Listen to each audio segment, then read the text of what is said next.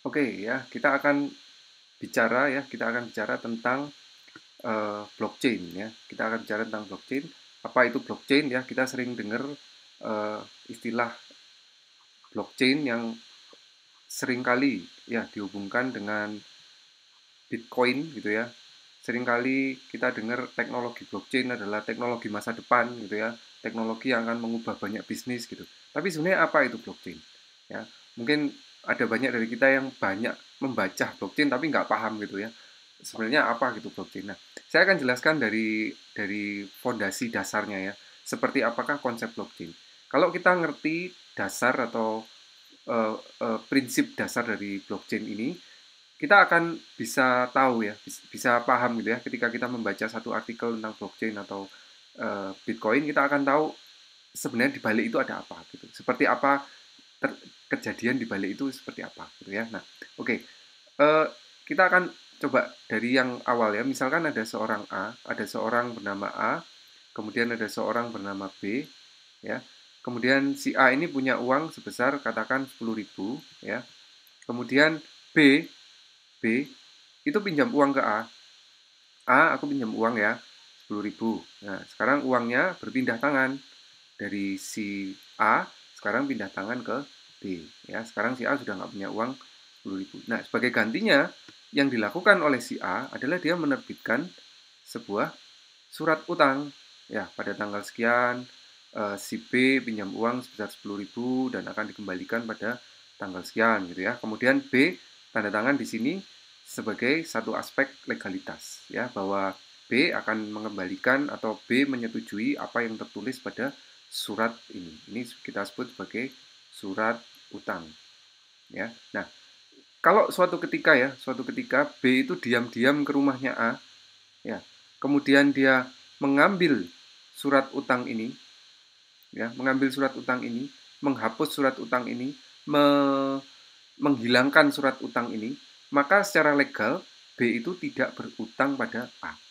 Ya, secara legal. Ya, karena nggak ada buktinya. Kalau A nagih, B bisa bilang, mana buktinya aku pernah pinjam uang ke kamu? Ya, nggak ada. Karena apa? Surat utangnya sudah tidak ada. Nah, eh, kejadian ini kejadian ini tentu saja bisa terjadi ya. Kita punya temen yang pinjam uang kemudian nggak mau bayar kan juga banyak gitu. Nah, eh, kemudian A ini bisa punya cara ya, bisa punya punya alternatif lain. Kalau mau minjamkan uang, sekarang nggak usah lewat aku deh, nggak usah lewat aku. Aku akan menggunakan pihak perantara yang bernama C.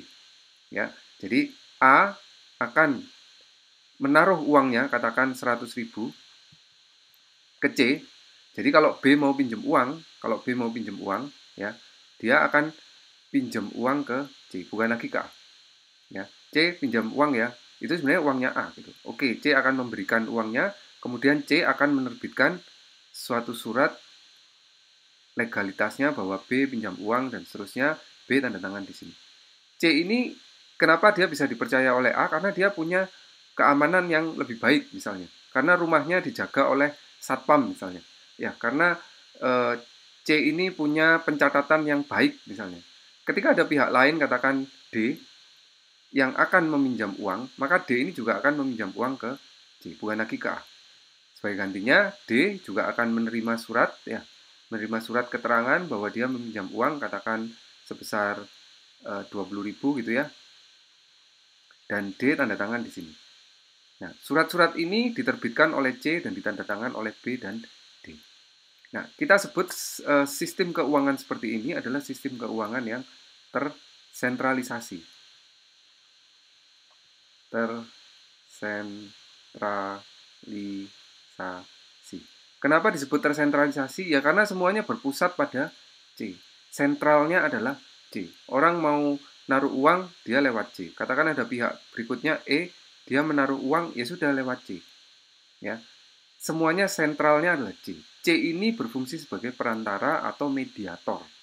Ya, makanya disebut sebagai sistem keuangan yang tersentralisasi.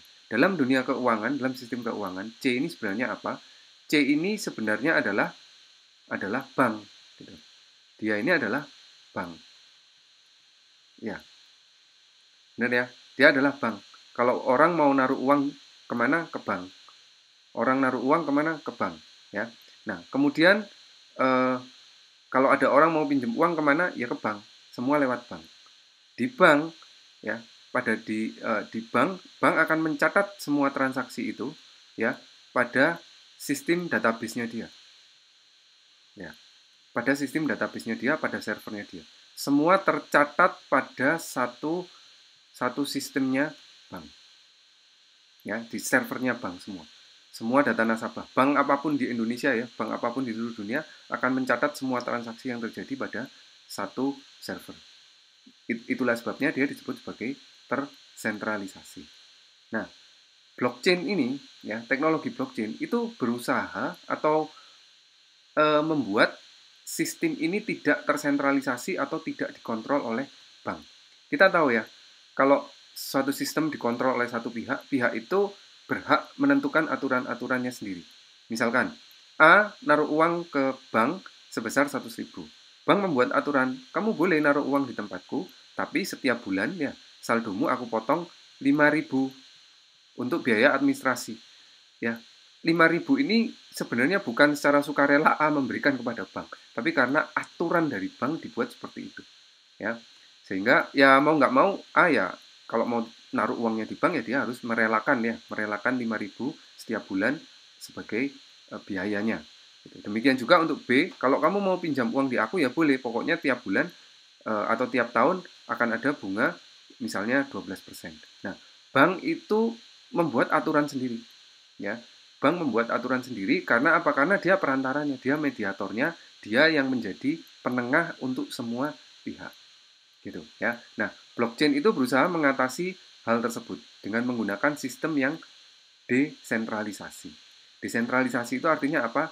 Desentralisasi itu artinya tidak ada lagi perantara, ya. Kita ubah skenarionya. Sekarang ada A, ya. Ada B. Bagaimanakah sistem terdesentralisasi ya? Ada C, kemudian ada D. Ya. Nah, ketika ya terjadi ini satu komunitas ya. Ketika terjadi transaksi, katakan B meminjam uang ke A sebesar 10.000. Yang terjadi adalah A akan mencatat transaksi ini pada catatannya. Demikian juga B akan mencatat transaksi ini pada catatannya. Kemudian C sebagai anggota atau bagian dari komunitas ini akan mencatat pada catatannya.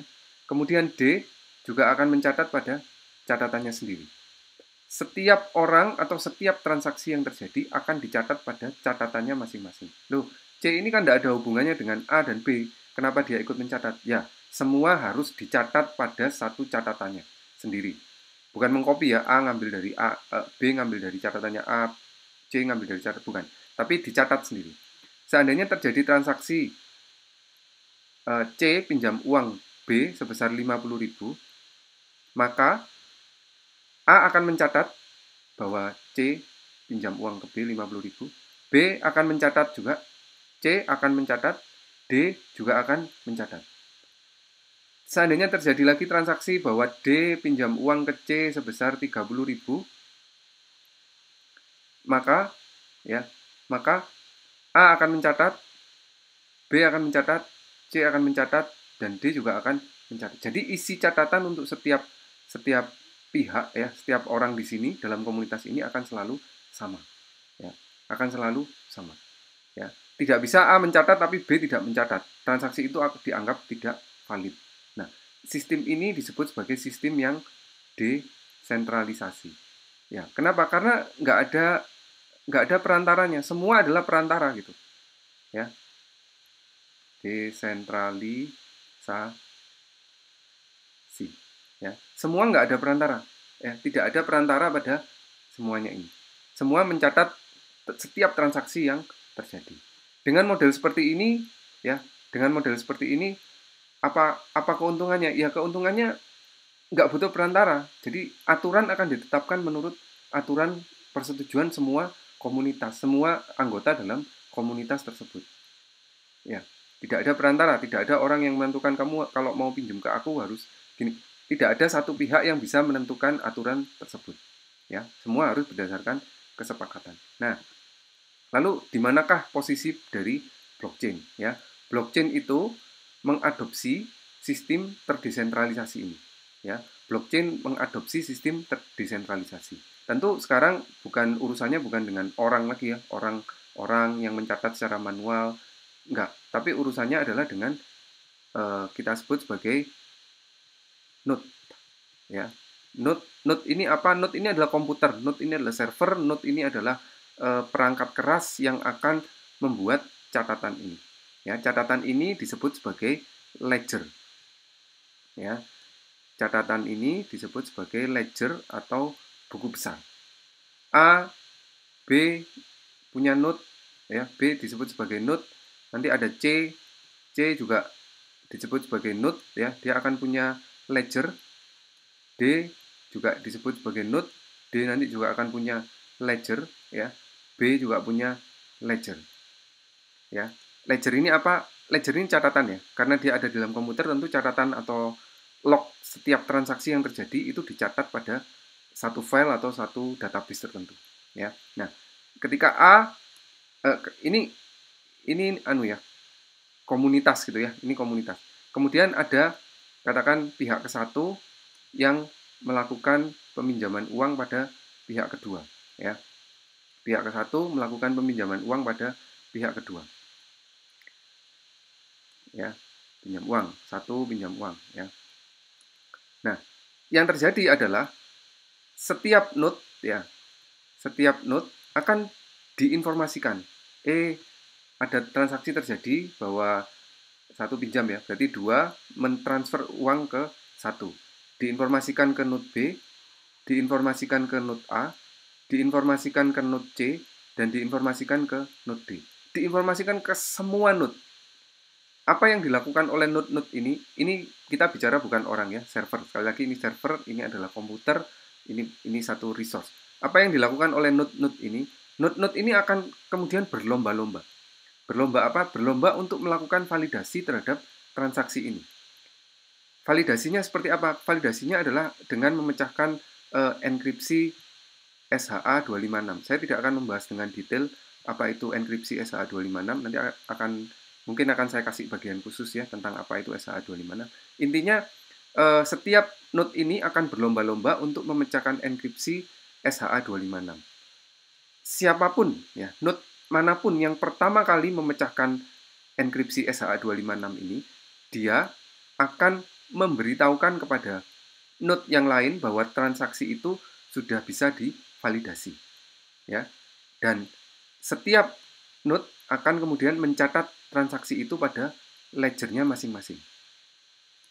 Ketika transaksi sudah valid, ya, akan mencatat kepada ledgernya masing-masing. Ya. Nah, pihak atau node yang berhasil memecahkan kode enkripsinya akan mendapatkan reward atau mendapatkan fee. Ya, itu dalam Bitcoin ya. Bitcoin itu penerapan blockchain itu disebut sebagai miner atau penambang gitu ya, mining. Ini proses mining yang dilakukan untuk memecahkan kode enkripsi. Ya. Ketika ada transaksi lain ya, misalnya pihak ketiga melakukan transfer kepada pihak keempat, apa yang dilakukan sama ya, semua akan diberitahukan, semua node akan diberitahukan ya bahwa ada transaksi ini. Apa yang dilakukan oleh node-node ini, mereka akan berlomba-lomba untuk melakukan validasi.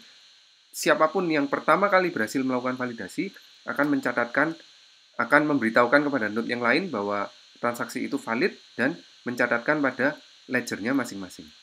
Nah, ledger ini ya, ledger atau catatan ini akan selalu sama tiap node.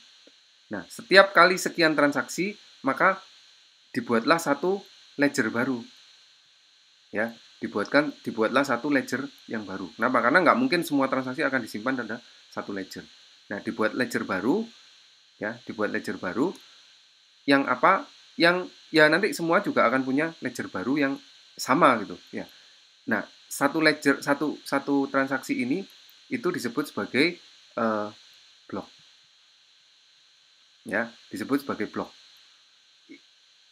Ketika satu blok sudah penuh ya, transaksinya sudah penuh, dibuatlah satu blok yang baru ya, blok yang berikutnya. Kemudian kalau sudah penuh akan dibuatlah blok berikutnya sehingga terus-menerus seperti itu, sehingga disebut sebagai blockchain. Ya, rantai dari blok. Isinya apa? Isinya transaksi. Ya, isinya transaksi. Semua semua eh, semua node akan punya catatan blok ini sama semua. Nah, karena sama semua, maka ide desentralisasi ini membuat satu properti untuk properti sendiri, yaitu yang disebut sebagai immutable. Apa itu immutable? Immutable adalah semua transaksi, semua data yang masuk pada ledger atau pada blok ini tidak akan pernah diubah. Tidak akan pernah bisa diubah dan tidak pernah akan bisa dihapus. Nggak bisa dihapus, tidak bisa.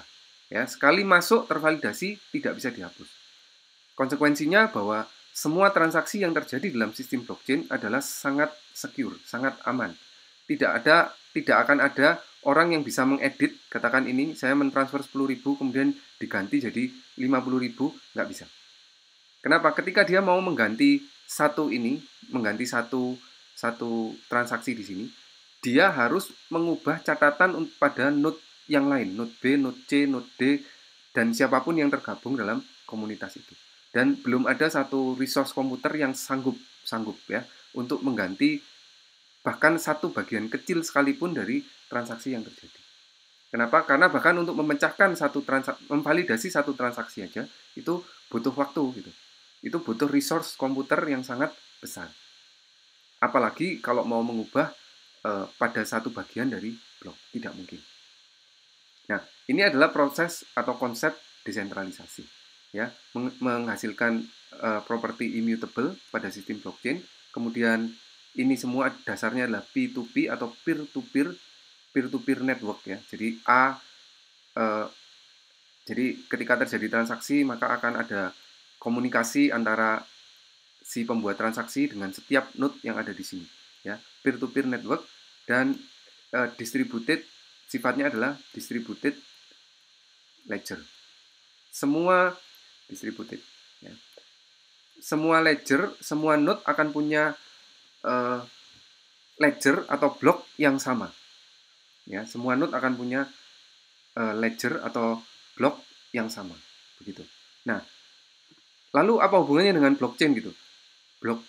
Apa hubungannya dengan Bitcoin gitu? Bitcoin adalah atau blockchain diterapkan, teknologi blockchain ini diterapkan untuk sistem keuangan atau currency yang bernama Bitcoin. Bitcoin itu tidak ada bentuk fisiknya. Tidak ada koin, ya, koin Bitcoin gitu ya. Nilainya berapa misalnya 1 Bitcoin gitu. Nggak ada koinnya. Semua bentuknya digital dalam bentuk wallet. Walletnya pun wallet digital yang dalam bentuk aplikasi. Begitu, ya. Jadi Bitcoin menerapkan teknologi blockchain. Ya. Saya kira itu untuk menjelaskan ya tentang apa itu blockchain secara umum. Di bagian berikutnya, di video berikutnya nanti akan saya lanjutkan bagaimana Bitcoin itu mengubah tatanan sistem keuangan atau berpotensi mengubah sistem keuangan yang ada di dunia. Kenapa? Karena Bitcoin tidak menggunakan perantara, tidak ada perantara, ya. Oke, saya stop videonya sampai di sini. Ketemu di video berikutnya.